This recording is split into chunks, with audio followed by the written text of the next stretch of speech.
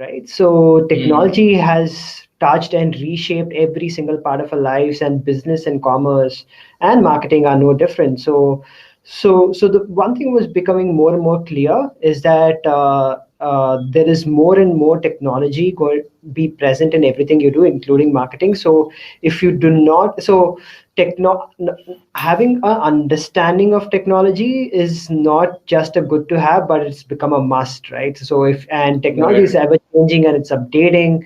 So if you do not understand how that is going, then you're becoming irrelevant in the overall ecosystem. And coming to e-commerce, that's pretty interesting because I kind of realized is that e-commerce is the true blood marketing right now, given all the sweeping changes technology has brought in, and given the fact that we can almost measure every single step of the consumer journey. So that's what Right. spiked my interest in e-commerce, and that's how I started dabbling in it. What's the most plausible step there? Is it just listing out on a third party marketplace or starting your own web store just to get that kickstart in terms of selling your products online? So what's your initial take on this, actually, this very basic question? Yeah. I guess you need to take a step back and try to first understand what is the problem or what is the customer need state your product is solving, right? So I guess you'll have some kind of hypothesis and you would have built that product out. So that you must have been already knowing. And the second simple question you should ask yourself is that is a customer let's take Amazon for the instance, right? And is there a customer whom you are solving that particular need state for, and is he going with that particular need state to a platform like Amazon and looking for a solution? If the answer Right. is yes, then most probably you might want to list your product over there, but if the answer is no, then you have that answer, right? So it's pretty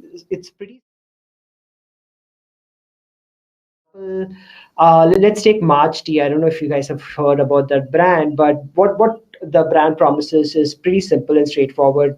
It makes plain t-shirts for men, and the Hmm. brand promises that the t-shirt will be the most comfortable t-shirt you'll ever wear.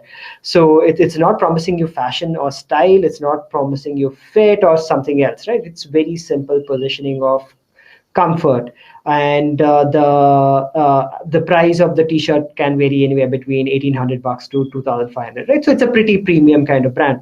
Now if I were the founder of March Tea, and I would ask the question, okay, there might be a market for this, like someone who's really looking at comfort, right? Right. So then you have a very clear idea of saying that, okay, so even if the same customer might be going to Amazon to buy a cell phone, but the same Yeah. customer might not be going to Amazon to buy this product, right? So, and that is the point number one, right? That is the one way of looking at it, and then say, okay, maybe I need to start my own direct to consumer website. The second thing is, and also this is also a very very important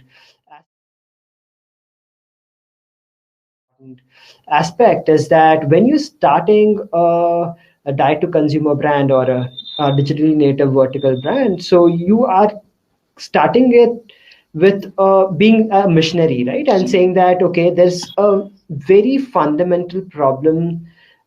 There's a fundamental problem in the way the existing incumbents are solving this particular need state for a customer, and I come Hmm. in with my product can solve it in a much better way, and hence ensure that customers are getting a much better customer experience, the overall customer experience, right?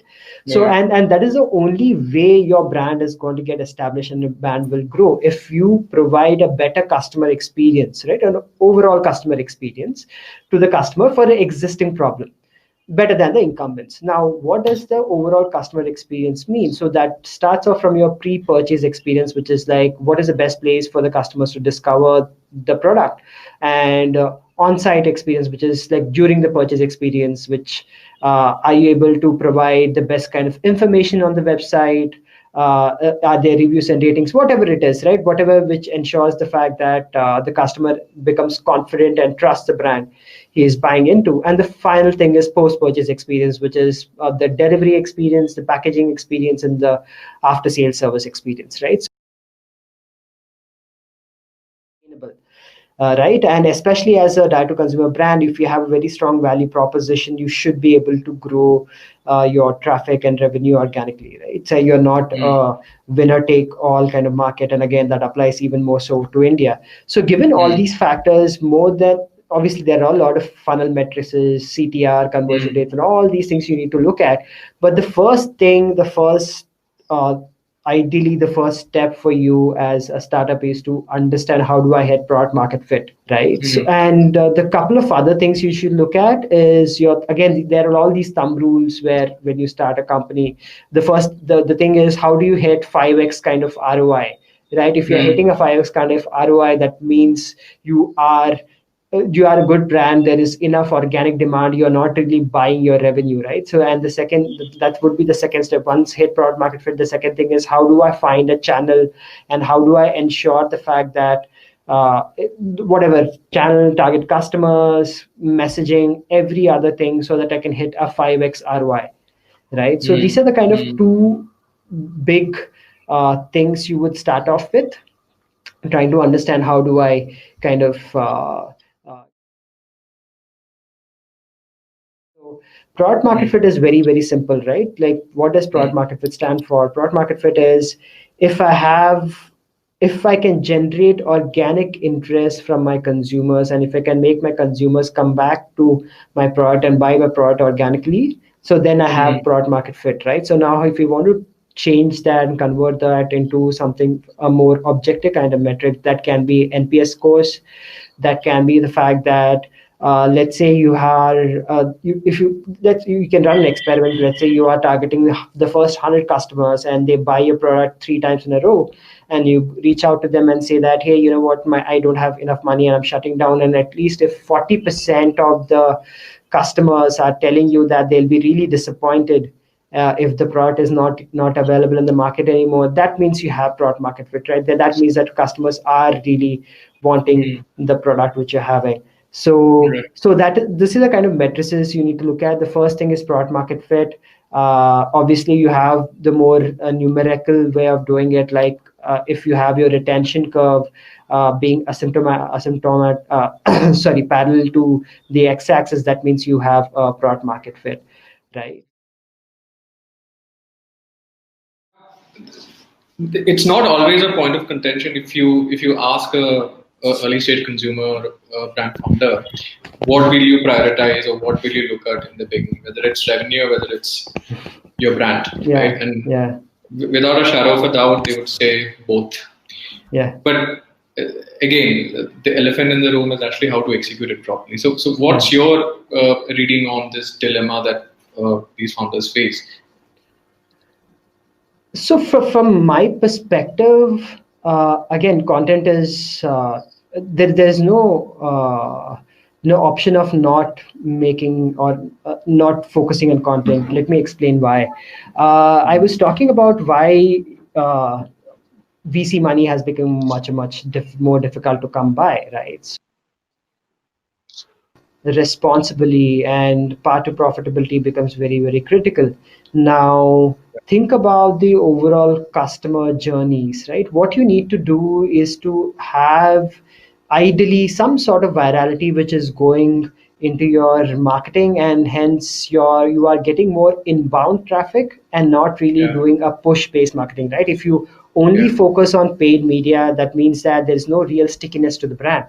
Now, how do you get the stickiness to the brand? Right now, there's a lot of discussions about this entire how older brands used to view their customers into a customer funnel. Now, this entire concept is outdated. People are talking about customer flywheels. So, what is a customer flywheel? Customer flywheel focuses entirely on the virality of a product. How do you make your customers talk to more customers and make them come to buy a product? And that is only possible by getting content, right? By when I say content, I mean, how do you have conversations with your customers? How do you make customers have conversation with prospective customers, right? So, and all of this is possible by mainly this brands use either user generated content or influencer marketing to drive these conversations on social media. right? And this also ensures the fact that you're hitting your the two other things which we spoke about, right? One is 5x ROI. So this kind of Yeah. helps you get to that 5x ROI faster because you're not really spending a lot of money on paid media. And the second thing is it also accelerates your road to product market fit, right? Because you are getting more and more sticky customers, and once you have your sticky customers, that means that you are able to grow your customer base in a more organic fashion, and hence you have product market fit. But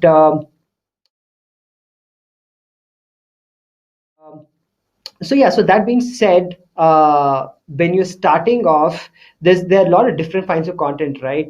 So I would rather focus on something called as a decision level content, which means that I'm targeting the customers who are already in market, already are bought into the category, and just before the purchase decision they are making those kind of final kind of research which they're doing, and I Right. want to target those customers so I can who are just one stage above the purchase level, right? And for example, those kind of content would be review videos, influencer marketing again, there'll Right. be ratings and reviews. All these kind of content forms is what I will focus on.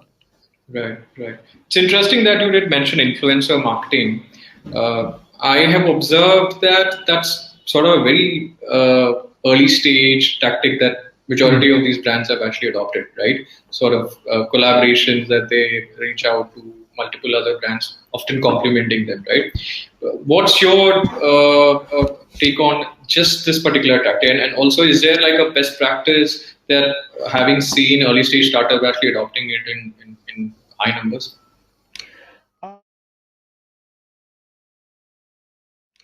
Well, influencer marketing is again, it's a very broad term, and it kind of applies a lot of different things for different companies in different life stages, right? Right. For example, if you're a startup again, Mm. you do not want to spend a lot of money and getting a celebrity influencer like, I don't know, like an Amir Khan or something like that, right? So it doesn't make Right. sense for you.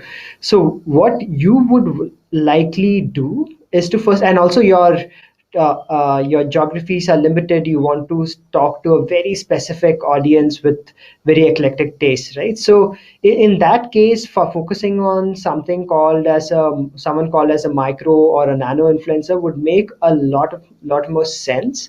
These guys Right. typically have anywhere between 10,000 to 50,000 kind of follower base. Obviously the follower base is much smaller, but the engagement with that customer base is very very high, and they Mm. also have a very high fidelity or Right. trust in their customer base, right? In the sense, because their content is very very organic. They don't do any kind of forced media kind of push, right? So Mm. once you kind of associate yourself with those kind of influencers, the brand credibility goes up. So Mm. once the brand credibility goes up, and that is when you again that you are trying to push the customers towards the decision stage funnel, right? With that Mm. decision stage content and this influencer content, so that's when you start seeing those purchases come in. So that is why it's very very important to understand which kind of influencers you go with at the beginning of the journey. Definitely micro and nano influencers, Mm. and the channels which you should be using most probably than not is Instagram and Yeah. obviously WhatsApp. Now the question is, most of the brands have still been struggling to use WhatsApp in a big way because Yeah. it's not scalable, it's a bit unstructured, but the WhatsApp as a medium is super powerful. And in the sense, if you are able to manage it, if you are able to manage, let's say, 100 or 200 WhatsApp groups with all your influencers sitting in and your customers sitting in, that'd be super powerful, and I've Yeah. seen brands do that at of this discussion. So I feel that firstly there are very few good guys in the ecosystem, and because of that, Yeah.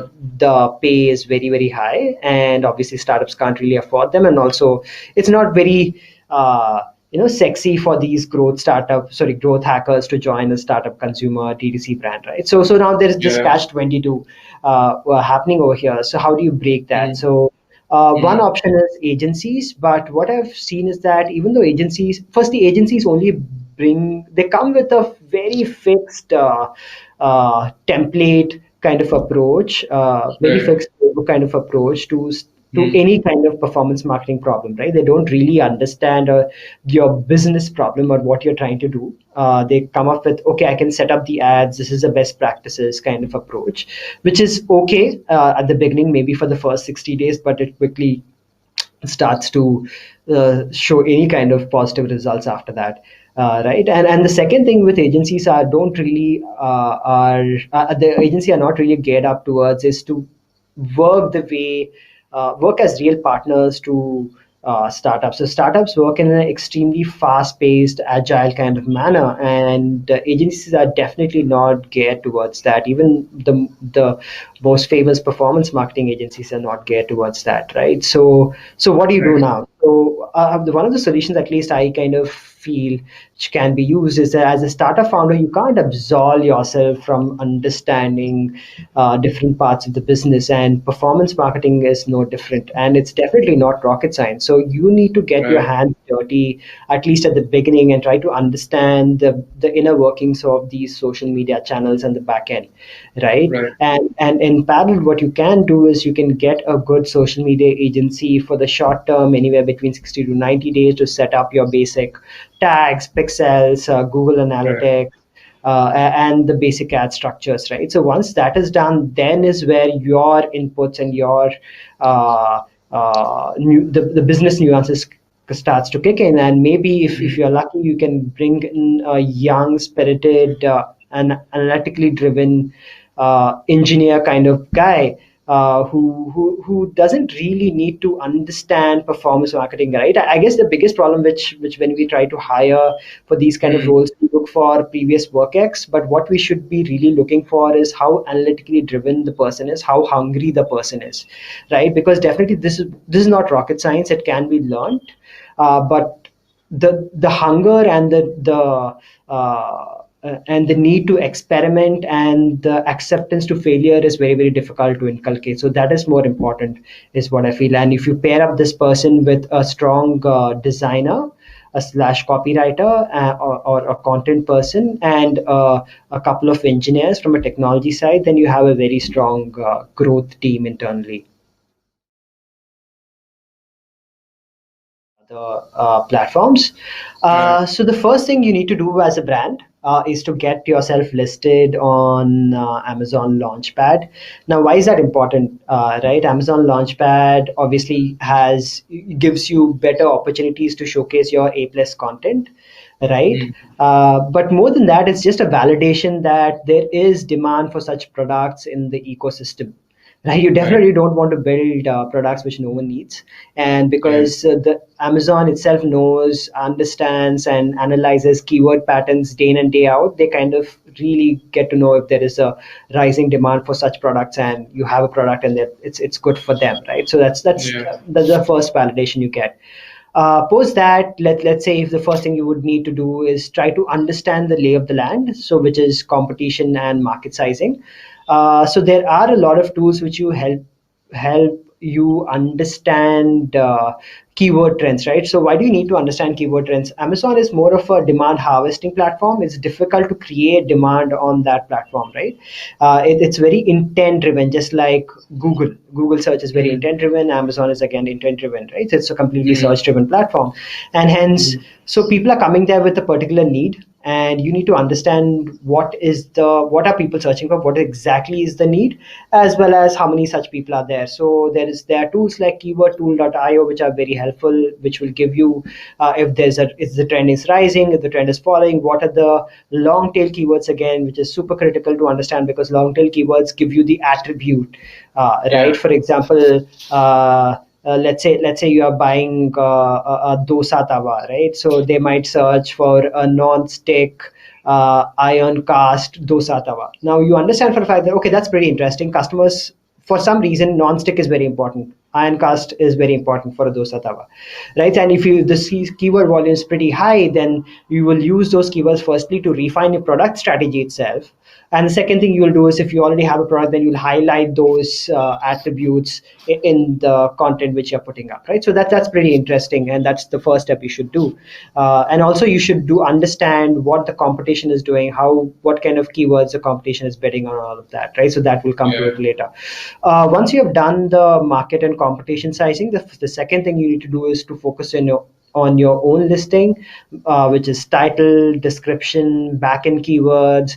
Basically, all of this helps you improve your organic ranking on the Amazon search engine results page, which is Amazon SCRT page, right? Again, there are a lot of tools which will help you do that. These are all free tools. Like there is Productor, Merch Wizard, and a bunch of tools which will tell you what are the keywords you are indexing on, what are the keywords your competition is indexing on, right? And if those keywords are actually in line with the search volumes, then obviously you will be pushed up higher and higher on the Amazon organic ranking. So that's pretty critical for you to do. And the second thing, obviously, you would be focusing on is photography, and you will be adding a lot of review videos to the content, right? So photography, again, super critical, and reviews, again, super critical. All of them increase CTR and conversion rate. Both of them are directly, especially as a new brand, you need to establish the trust, right? That the trust comes from reviews. The trust also comes from showcasing great kind of product and content, and trying to target this exact need state, right? For example, as I said earlier, someone says non-stick dosa tawa, and you use that terminology very organically in your description. The customer becomes more and more confident that, okay, you provide a genuine product, right? So that, again, that's very, very important. The next part, again, is something which almost every other founder ignores or takes for granted, but becomes one of the biggest pain points for any kind of founder, is inventory, right? So either they're left with too much of inventory, or there's too less of inventory, right? So the general thumb rule is that you need to maintain at least 80% in stock rates, right, for your top SKUs, and at max 90 days of stock in hand, right? So now this is easier to say, but it's very difficult to manage. You need to have some kind of planning. Again, tools like Amazon PI will help you kind of balance that inventory. And obviously there is inventory planning tab in your seller dashboard, which again helps you manage inventory. But this is the most critical, right? If you ask me, what is the number one reason for your revenue to go up or to go down? It's not marketing, it's inventory, right? So you need to focus on this. There's no getting around it or ignoring this, right? If you get this right, then you have a great business. Again, if you're listing on multiple platforms, then there are, again, real-time inventory syncing applications like Unicommerce, which will help you do that, right? So you need to see if you can integrate with them. And the next thing, again, this is more of a hygiene thing, just to need to understand, because if your product, there are a lot of products which are very similar to what you are offering, then fortunately or unfortunately, pricing becomes a big factor for customers to make the final decision. And Amazon is a very cutthroat, or any kind of marketplace is very cutthroat kind of ecosystem. So what you need to do is that you need to keep a track of your prices of all the SKUs in the category, right? So again, there are a lot of tools like Keepa or Camel, which kind of help you do that. And you can obviously take a dump of it and try to analyze, for example, how are different players behaving during, let's say, sale time, right? What is the prices? What is the percentage drop in prices during Diwali? Right? What is the percentage drop in prices, let's say, on Amazon Prime Day, right? Are they really increasing the marketing spend, or are they dropping the price? So you kind of understand the overall strategy of the ecosystem much before what you are trying to do, right? So you get to understand, you would assume that, let's say, for Diwali, people would have dropped their prices by 40-50%, right? But what they have actually done is they've only dropped it by 5% or 10%, and then just jacked up the marketing, right? And okay, that's an interesting mix, because there are a lot of things you can do. You can play with discounts, you can play with actual prices, you can play with marketing spends, right? So all of this combined should give you the best bang for the buck.